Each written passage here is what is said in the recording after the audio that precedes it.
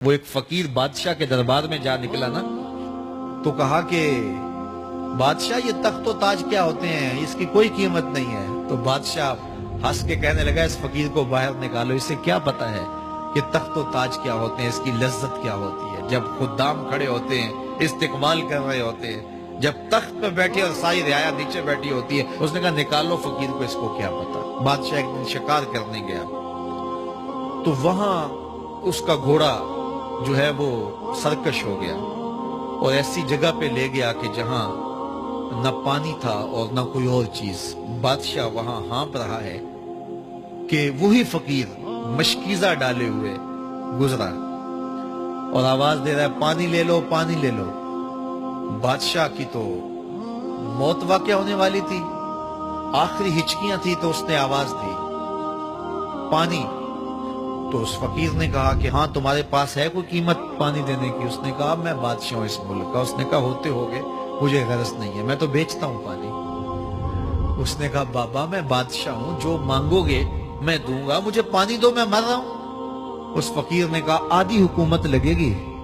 اس نے کہا آدھی لے لینا، مجھے پانی تو دو، کیونکہ مر گیا تو ساری جائے گی۔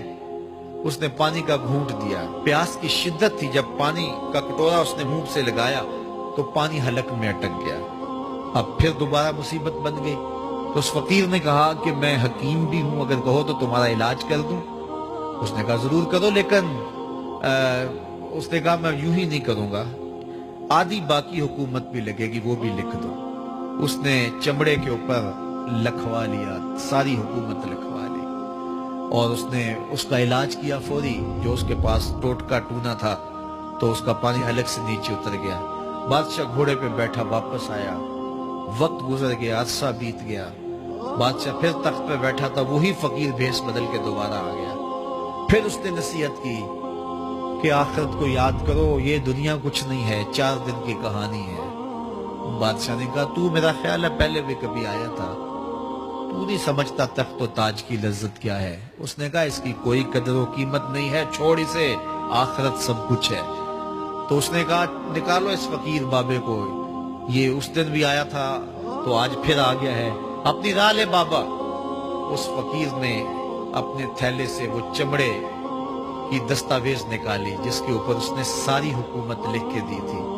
اس نے کہا بادشاہ یہ ہے تیری حکومت کی قیمت، صرف 2 گھونٹ پانی، جس پر تو نازاں ہے، جس پر تجھے فخر ہے، تو قبل اس سے سورج مغرب سے طلوع ہو جائے، توبہ کا دروازہ بند ہو جائے، سانسیں اٹک کے حلق تک آ جائیں، اور ہماری زندگی کا دفتر سمیٹ دیا جائے، اور پھر پچھتائیں ہائے جو چند لمحے ضائع کیے، ہائے جو زندگی برباد کی وہ کیوں برباد کی۔ کل کے پچھتاوے سے بہتر آج کا پچھتاوا، زندگی پلٹ ہوگا، وقت پر کافی ہے ایک قطرہ بھی آب خوش ہنگام کا، جل گیا جب کھیت برسا بھی تو پھر کس کام کا۔ اپنی آخرت کی تیاری کریں، کاروبار دنیا بھی کریں، لیکن اصل ہماری زندگی آخرت کی زندگی ہے۔